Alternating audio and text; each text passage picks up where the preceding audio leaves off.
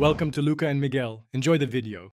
You start by eliminating the simplest power issues, because a dead battery is the most common cause.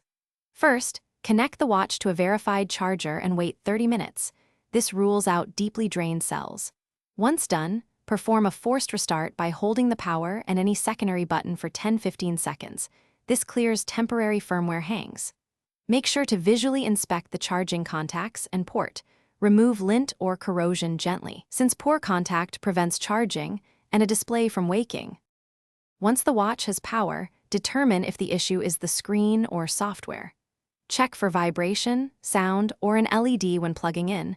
These confirm the device is alive, but the display may be faulty. Next, boot into recovery or update mode following the maker's steps. This often requires a PC and a cable. Use the companion app to check firmware health, and if safe, apply an update or perform a factory reset.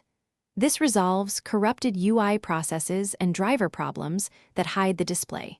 You finish by confirming whether the screen itself needs repair. If service or diagnostic mode shows a video signal but no backlight, the LCD or backlight is likely failed. Otherwise, a connector may be loose. Safely open the bezel only if comfortable or note error codes and backup settings. If you suspect physical damage, contact official repair. Make sure to have serial and warranty details ready. Troubleshooting tip: if unofficial repair is chosen, photograph every step and use ESD-safe tools to avoid further. Thanks for watching and please subscribe. It's the best investment you'll ever make.